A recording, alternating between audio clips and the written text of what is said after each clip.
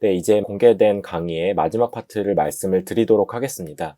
이번 강의를 들으시면 대략적으로 큰 틀에서 개발자가 하는 일이 무엇인지, 그리고 개발 분야가 어떤 것이 있는지, 이런 전체적인 맥락에서 조금은 이해하실 수 있게 됩니다. 쉽게 말해서 개발자는 홈페이지도 만들고, 앱도 만들고, 게임도 만들고, 자동 주식 매매 프로그램 여러 가지를 다 만들 수 있잖아요. 컴퓨터를 이용해서 프로그래밍을 하는 일이다. 이렇게 말씀드릴 수도 있을 것 같은데요. 그러면 프로그래밍이 뭔지 그럼 조금 더 그 내용에 대해서 조금 말씀을 드리려고 합니다. 이제 혹시나 이런 걸 아실지 모르겠어요. 이제 처음 시작하시는 분들은 이런 것들을 잘 모르실 수도 있을 것 같은데 이거는 다 컴퓨터에서 개발 언어라고 하는 것들입니다. 자바, 유명한 자바도 있고요. 이제 아이폰에서 쓰이는 스위프트도 있고, 또 그 이외에 여러 가지 언어들이 있습니다. 자바스크립트도 있고요. 이런 언어들이 왜 존재하냐 이런 겁니다.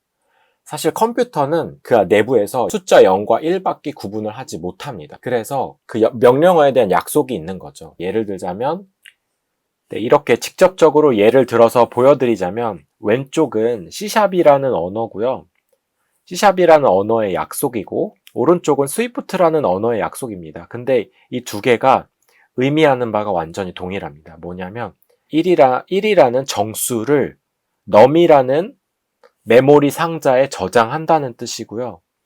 이 오른쪽도 똑같습니다. 스위프트에서는 약속이 조금 다른 거예요.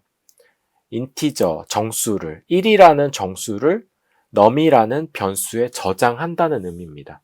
그래서 사실은 이렇게 이 코드를 이해하실 필요는 전혀 없어요. 단지 이 언어가 이렇게 똑같은 의미지만 각 언어의 약속에 따라서 다르게 쓰여지는 것뿐이라는 그런 정도만 이해를 하시면 됩니다. 언어가 다른 이유는 이런 식으로 약속을 다르게 했을 때 어떤 언어가 추구하는 바에 따라서 더 빨리 효율적으로 쓸 수 있다고 그 언어들이 추구하는 방향성이 있는 것뿐입니다. 그렇기 때문에 각 언어마다 컴퓨터가 알아들을 수 있게 약속하는 방법이 조금씩 다르게 약속이 되어 있습니다. 그리고 언어와 또 다른 게 있습니다. 뭐냐? 프레임워크입니다. 프레임워크를 조금 설명드리기 전에 언어를 다시 한번 비유를 드려볼게요. 언어라는 것은 이런 겁니다. 레고 블럭은 이 동그라미 위에 끼워질 수가 있다. 그래야 이렇게 블럭을 쌓듯이 쌓아질 수 있다. 어떤 기본적인 그런 법칙을 말하는 게 언어입니다. 그런데 프레임워크는 그럼 뭐냐? 프레임워크는 그 법칙만 가지고 어떤 앱을 만들거나 웹을 만들거나 이럴 때는 너무 비효율적입니다. 그러면 개발자가 하나하나 다 만들어야 돼요. 말하자면 개발자가 레고의 법칙을 알았다고 플라스틱을 녹여서 레고 블럭을 만들 수가 없다는 겁니다. 레고 블럭은 다른 사람이 이미 만들어 놨다는 거죠. 이런 웹페이지를 만들 때 버튼을 만들어야 되고 화면 전환을 만들어야 되고 이런 걸 다 개발자들이 사실은 일일이 만드는 거가 아니거든요. 무슨 말이냐면 미리 이렇게 프레임워크라는 걸 만들어 놨습니다.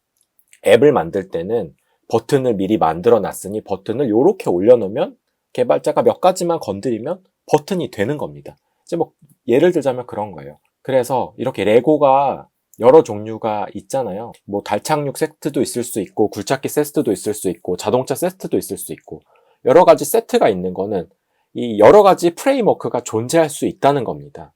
그 프레임워크들은 각자의 목적에 맞게 더 잘 만들 수 있도록 구성이 되어 있습니다. 예를 들어서 자바라는 언어가 하나가 있다면 자바라는 언어가 하나가 있지만 안드로이드 앱을 만들 때는 안드로이드 앱을 만들기 위한 프레임워크를 사용해야 되는 거고요. 서버를 만들 때는 서버를 만들 수 있는 프레임워크를 사용을 해야 되는 겁니다. 기본적으로 레고가 있다면 굴착기 세트를 만들기 위해서 레고에서 이렇게 다 미리 이렇게 어떤 것들을 만들어 놨다는 거예요. 물론 이런 걸 만들어 놓은 걸 하나하나 조립하긴 해야 되지만 큰 틀에서 봤을 때 이 우주선 세트와 굴착기 세트는 이 목적이 완전히 다릅니다.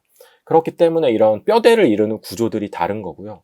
그리고 이제 프레임워크를 설명드렸고 그럼 라이브러리는 뭐냐? 라이브러리는 이런 겁니다.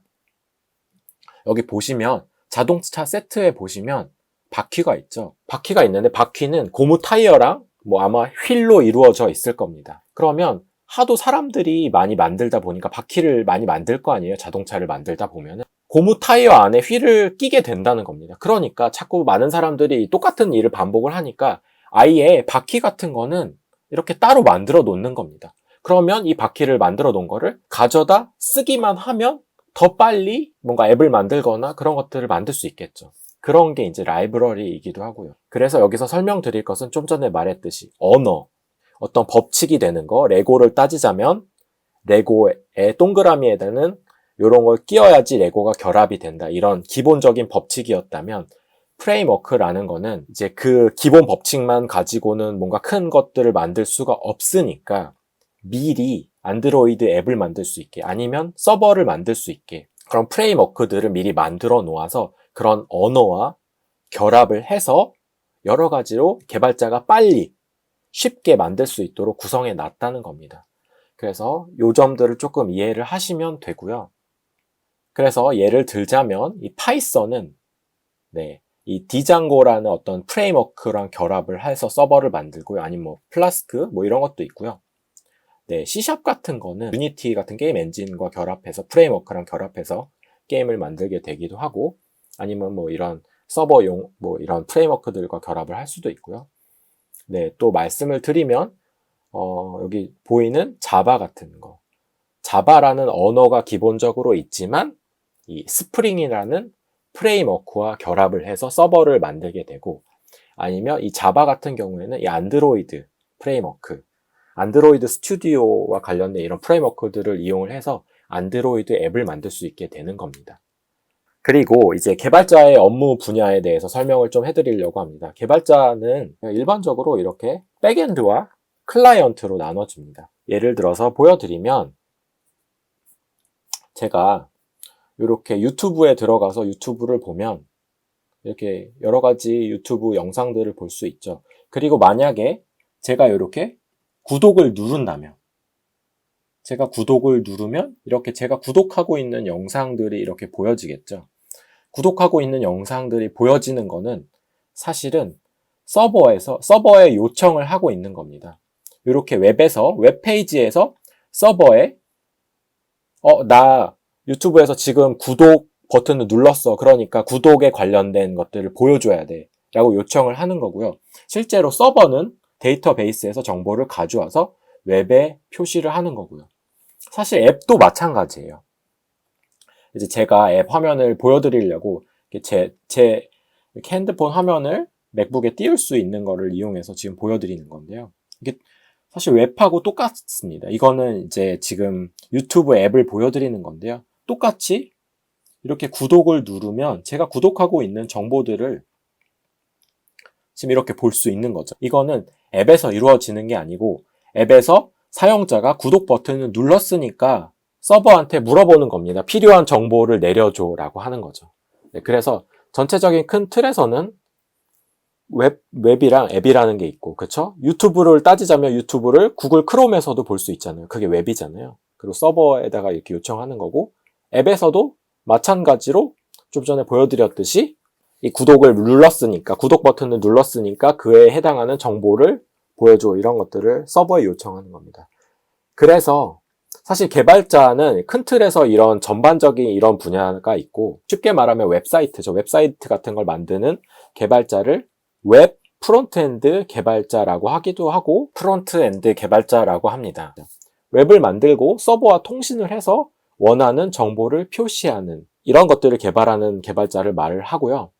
또 앱 개발자는 이제 구체적으로 플랫폼이 다르기 때문에 iOS 개발자가 있고 안드로이드 개발자가 있습니다. 앱을 만들고 서버와 통신을 해서 원하는 정보를 표시해 주는 건 사실 같아요. 근데 이 앱을 만드는 것과 웹을 만드는 거에 어떤 근본적인 차이 때문에 두 개가 달라지는 겁니다. 웹은 브라우저를 통해 어디서도 접속을 할 수 있고 그러면 그에 따른 화면을 표시하기 위해서 웹사이트를 빠르게 표시할 수 있는 기술들을 사용을 하는 거고요. 앱은 실제로 앱 자체에 어느 정도 파일들을 저장할 수 있고 그것들을 불러와서 사용을 할 수 있기 때문에 이 앱이랑 웹이랑 전반적으로 시스템적으로는 완전히 다른 기술로 돌아가게 됩니다. 넓은 의미에서 프론트엔드 개발자는 사실 웹 프론트엔드 개발자 또 앱 개발자도 포함하기도 합니다. 그래서 웹이나 앱을 개발할 수 있는 개발자를 클라이언트 개발자라고 하기도 하고 프론트엔드 개발자라고 하기도 합니다. 좁은 의미에서는 웹만 의미하기도 하고요. 네, 뭐 이렇게 퍼블리셔도 있고 뭐 하이브리드 플랫폼 개발자도 있는데 이건 뒤에서 설명드리도록 하겠습니다. 조금 이제 쉽게 말씀드리면 백엔드, 이 서버 개발자는 어떤 일을 하냐면 프로그램을 짜서 데이터베이스의 정보를 가져다가 클라이언트로 보내는 겁니다. 예를 들자면 이런 거죠. 프로그램으로 짜여 있는 건 서버고 데이터베이스라는 거는 우리 엑셀 파일 같은 겁니다. 엑셀 파일에는 가로, 세로 이렇게 다른 정보들이 저장이 되잖아요. 뭐 예를 들어서 이름, 나이, 성별 이런 것들이 저장이 되어 있는 거고 실제로 서버에서는 지금 유저가 구독을 눌렀는데 이 해당하는 유저에 관련돼서 구독에 관련된 걸 다 보여줘요. 약간 이런 거를 정보를 찾아오는 거라고 생각하시면 쉽습니다. 네, 그러면 웹 개발자나 앱 개발자는 단순히 백엔드 서버에 구성되어 있는 정보를 가져다가만 표시를 하는 일을 하는 거냐? 꼭 그거는 아닙니다. 쉽게 비유를 말씀드리자면 자동차를 만들 때 이 외장, 겉모습으로 보이는 디자인 이런 것들은 웹 개발자나 앱 개발자가 하는 일이라고 생각하시면 됩니다. 그리고 실제로 돌아가는 엔진 이런 거는 서버 개발자가 하는 것이고요. 그렇게 비유를 드리자면 앱 개발자나 웹 개발자는 어떤 화면을 눌렀을 때 적절한 화면에서 다른 화면으로 이동한다든지 아니면 뭐 버튼을 눌렀을 때 어떤 화면 전환 효과를 표시한다든지 아니면 적절한 화면에서 적절한 데이터를 불러온다든지 이런 여러 가지 작업을 웹 개발자와 앱 개발자도 하게 됩니다. 네, 그래서 일단 앞에서 이제 좀 큰 틀에서 말씀드렸던 거를 조금 구체적으로 말씀을 드리면 사실은 요새 퍼블리셔라는 것도 많이 얘기가 됩니다. 퍼블리셔는 뭐냐? 웹사이트에 보이는 부분을 개발하게 됩니다. HTML이나 CSS라는 그런 이제 뭐 컴퓨터 언어이긴 한데 정확하게 말씀드리면 컴퓨터 개발자들이 말하는 그런 언어는 아니고 마커 문법 같은 거예요. 쉽게 작성할 수 있는 그런 거고요. 이 디자인을 이 HTML과 CSS를 이용해서 디자이너가 작업한 결과물을 디자인적으로 크롬에서 띄울 수 있게 만드는 것. 그런 일을 하는 게 바로 퍼블리셔입니다. 일반적으로는 디자이너가 퍼블리셔로 전향하는 경우가 많아요.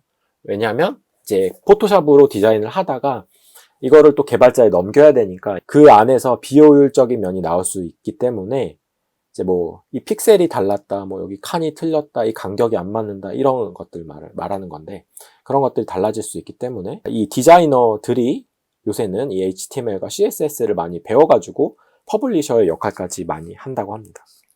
네, 그리고 이 퍼블리셔와 그런 웹 프론트엔드 개발자는 뭐가 다르냐?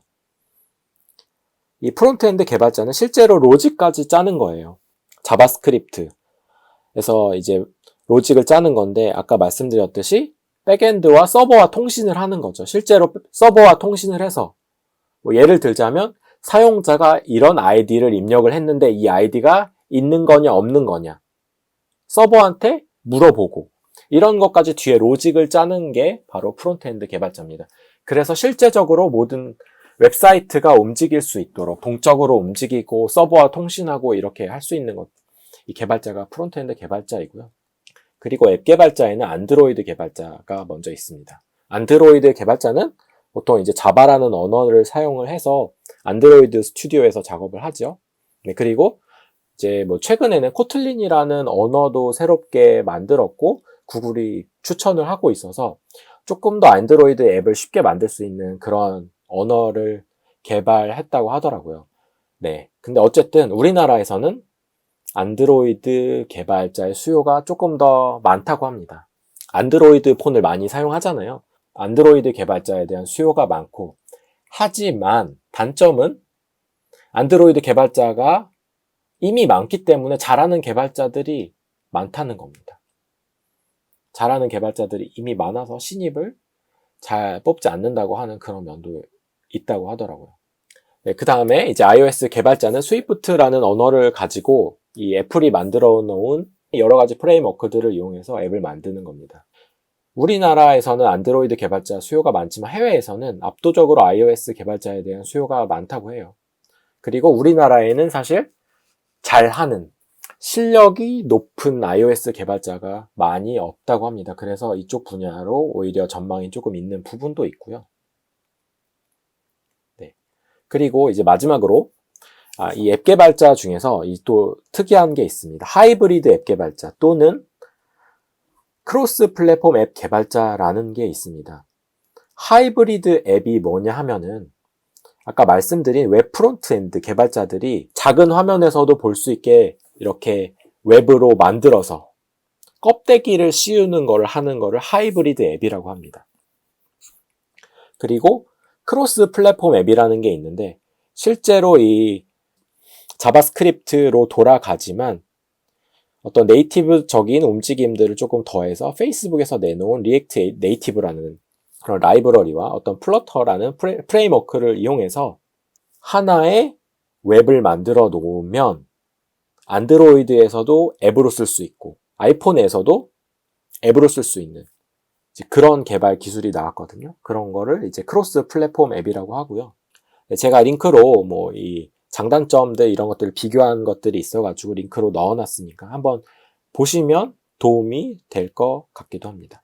그래서 어쨌든 이 하나만 만들면 iOS에서도 쓸 수 있고 안드로이드에서도 쓸 수 있기 때문에 요새 이 크로스 플랫폼 앱 개발자가 각광을 받고 있긴 합니다. 스타트업들이 효율성을 위해서 하나만 만들어서 쓰길 원하는 그런 부분들이 있긴 합니다. 이 크로스 플랫폼 앱 개발자와 비교를 해서 실제 그냥 안드로이드만 개발할 수 있는 개발자 아니면 iOS만 개발할 수 있는 개발자 이 두 개발자는 네이티브 앱 개발자라고 말하기도 합니다. 그러니까 네이티브라는 말이 순전한, 순수한 이런 말이잖아요. 그래서 이 안드로이드 개발자, iOS 개발자 이 두 개발자들을 네이티브 개발자라고 부르기도 합니다. 뭐 어쨌든 이 크로스 플랫폼 앱이라는 게 각광을 받는 기술은 맞습니다.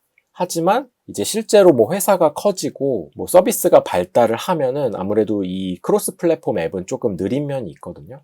그래서 처음에는 서비스 출시를 크로스 플랫폼 앱으로 했다가 이 순수한 네이티브 개발로 넘어가는 경우가 조금 많이 있습니다.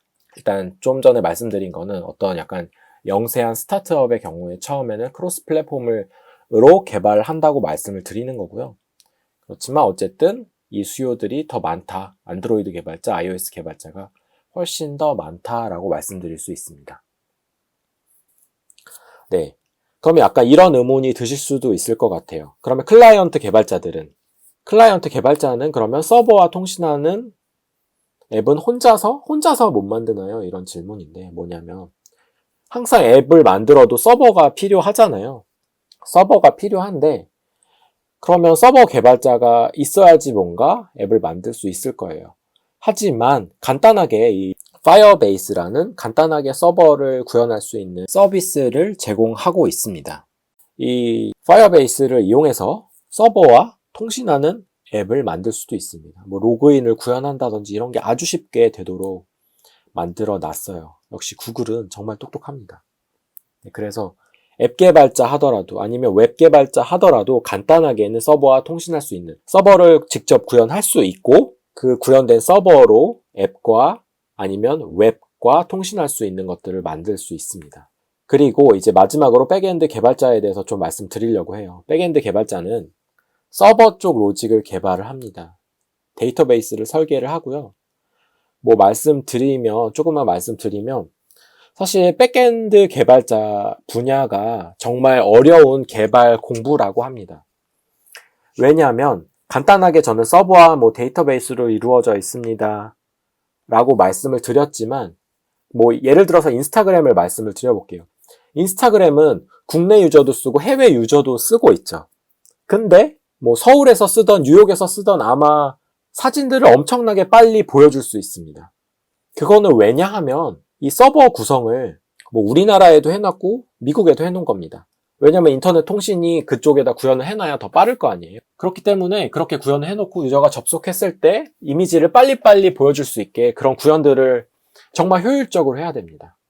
그런 것뿐만 아니고 또 이 서버를 구성할 때는 이 데이터베이스 같은 경우에는 또 사진을 분리해서 이렇게 저장을 하거든요.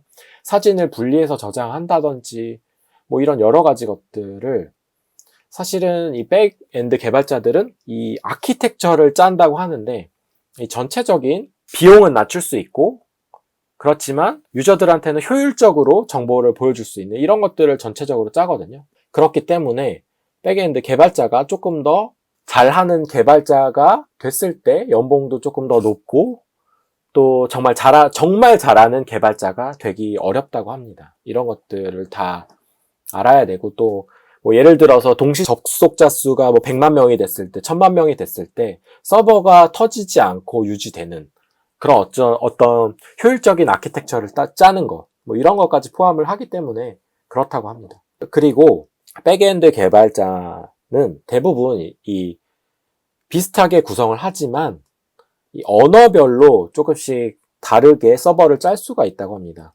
말씀드린 이런 여러 가지 프레임워크들과 결합을 하는 언어들이 종류별로 이렇게 있고요.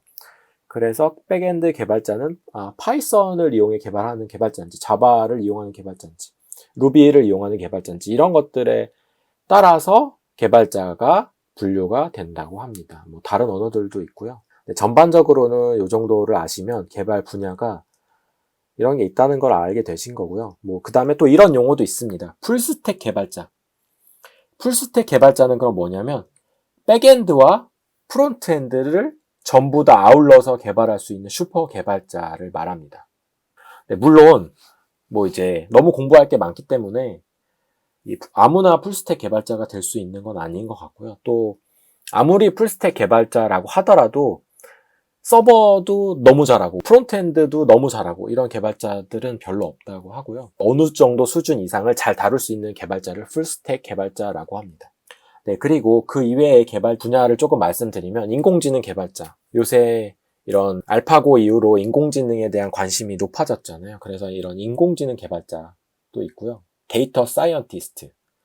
이 데이터 사이언티스트는 뭐냐면 아까 말씀드린 이 백엔드 개발자가 구성해 놓은 데이터베이스를 분석해서 어떤 소비자의 수요를 예측한다든지 이런 어떻게 보면은 개발자라기보다는 인사이트를 뽑아내는 일을 더 많이 하는 그런 일을 한다고 합니다. 뭐 그래서 이런 책도 있어요. 문과생 데이터 사이언티스트 되다. 뭐 혹시나 데이터 사이언티스트 분야에 관심이 있다면 뭐 이런 책을 한번 보셔도 될 것 같긴 해요. 뭐 이 책이 엄청 깊게 쓰여 있진 않다고 하더라고요. 그렇기 때문에 어떤 이 분야에 대해서 조금 관심이 생기셨다면 읽어보실 수 있을 만한 책인 것 같고요. 그리고 인베디드 개발자. 뭐 아시겠지만 세탁기나 냉장고, 어떤 뭐 CCTV 이런 것들에도 다 조그만 화면들이 달려 있잖아요. 조그만 화면들이 달려 있고 거기에 뭐 숫자가 표시되기도 하고 그런데 이제 그런 거를 개발하는 개발자를 인베디드 개발자라고 합니다. 그리고 뭐 게임 개발자도 있죠. 게임 개발자도 있고 보안 개발자도 있고 뭐 이렇게 여러 가지 분야가 있습니다.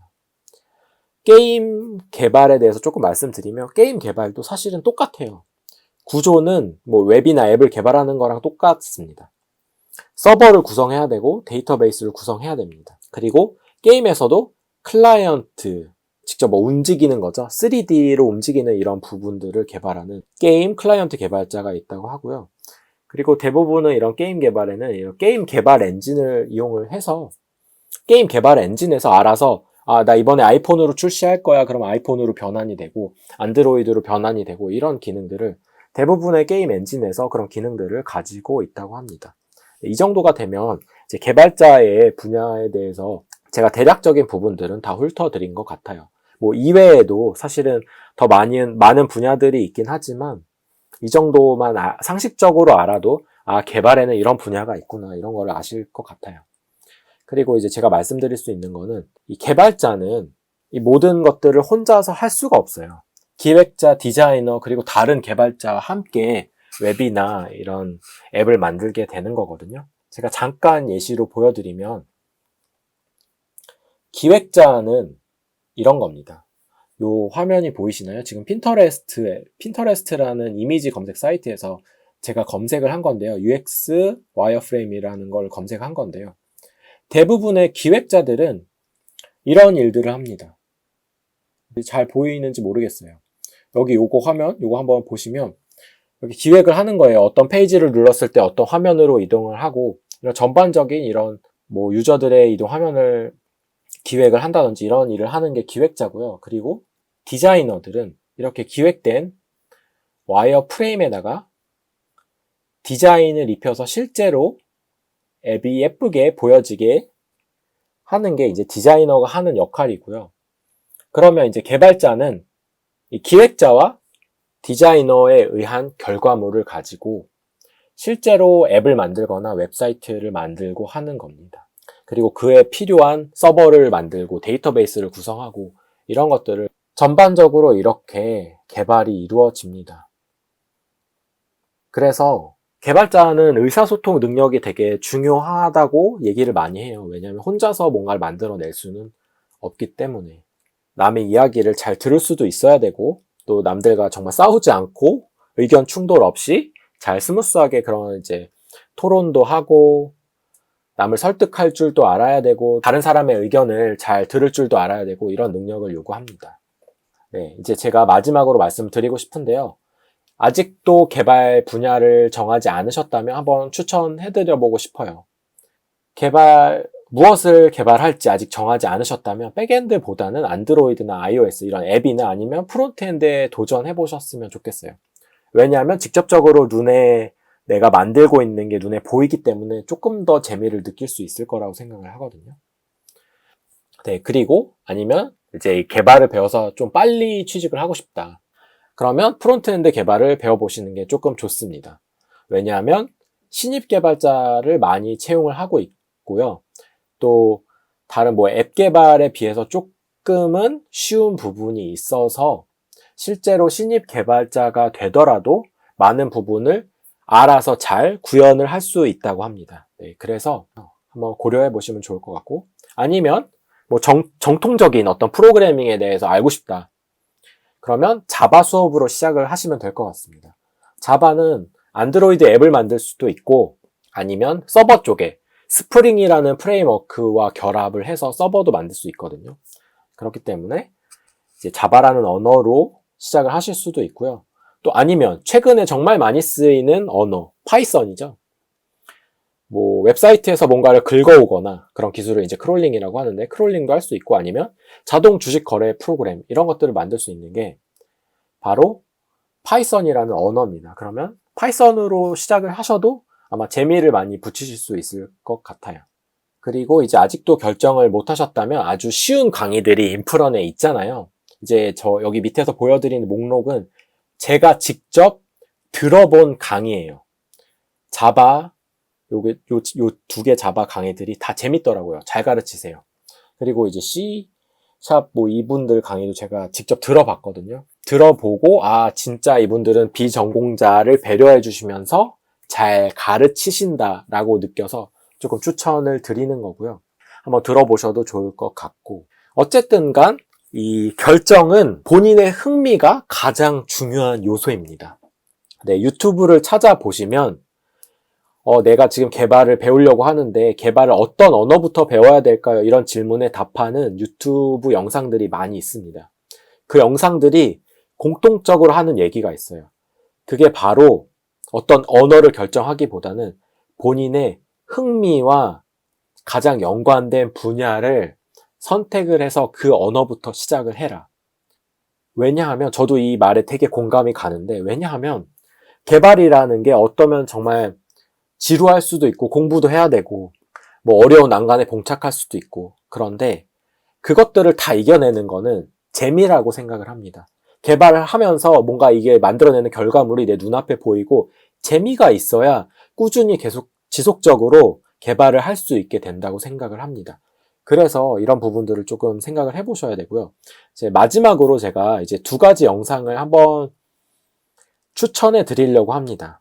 이 링크를 이제 달아 드릴 건데, 이 생활 코딩을 운영하시는 이고잉 님이라는 분이 있는데, 그분이 국문학과 출신이라고 하시더라고요. 그분이 어떻게 개발자가 됐는지, 그리고 우리가 왜 코딩을 배워야 되는지 이런 말씀을 하시는데 저도 너무 공감이 됐었고, 그래서 이 영상을 유튜브에서 한번 찾아서 보시면 좋을 것 같고요. 네, 그리고 제가 최근에 발견한 꼬마 유튜버가 있습니다. 10살인지 12살인지 잘 모르겠어요. 근데 이 꼬마 유튜버가 있어요. 저에게 코딩을 가르쳐 줍니다. 제가 유튜브 영상을 보여드릴게요. 이 꼬마가 이렇게. Hello everybody, welcome to this tutorial. Let's get started. Now we're gonna build actually an app in SwiftUI, which I have never able to be done before because I haven't learned it yet. But here I am. Let's get started with the tutorial here today. Let's first add an add state. This is kind of like a bar, but since this is the view, we can't add it here, so we do it out of. 네, 꼬마인데 영어를 너무 잘해요.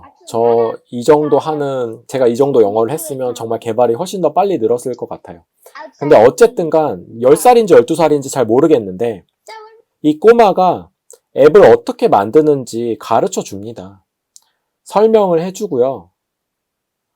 저는 정말 이 꼬마를 보고선 정말 충격을 받았어요. 아, 꼬마도 할 수 있구나. 뭔가 그 대신에 이 꼬마는 재밌었겠죠. 이 개발을 하는 게. 재밌었으니까 이 코드를 뭔가 치게 됐을 거고. 그래서 뭐 어느 정도 앱을 만들 수 있는 것 같아요, 이 친구도. 제가 이 영상을 한번 보라고 말씀드리는 이유는 이런 꼬마가 했다면 어렵지 않다는 겁니다. 사실 앱 개발에는 뭐 깊은 수학이나 이런 것들이 필요하지는 않아요. 어떤 쉬운 논리적인 생각들이 어느 정도 필요하긴 한데 어쨌든 간 그렇게 크게 어렵지는 않다고 생각을 합니다. 그래서 이런 유튜버도 있구나라고 소개를 시켜드리는 거고요. 사실 정말 이런 시대가 됐다고 말씀을 드리는 겁니다. 이런 꼬마도 개발자로서 뭔가를 만들고 있고 자기가 재밌어 하는 뭔가를 만들고 있으니까 여러분도 꼭 개발자라는 거에 도전을 하셨으면 좋겠어요. 반드시 개발자에 도전을 해보시고 제 이번 강의를 통해서 개발자가 어떻게 될 수 있는지 이런 것들 한번 느껴보시고 다 같이 도전을 해보셨으면 좋겠습니다. 네, 이번 강의는 여기까지고요. 다음 강의에서 또 말씀드리도록 하겠습니다.